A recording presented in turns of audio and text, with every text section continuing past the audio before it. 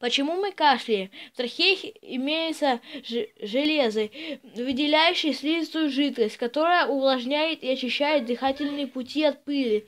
Верхний слой слизистой оболочки составляет цельный эпителий, каждый из клеток которой снабжает мельчайшие ресничками. Мелкие инородные частины вязнут в слизи, затем реснички продвигаются их по трахее к глотке. Когда слизь попадает в гортань, мы откашливаем ее.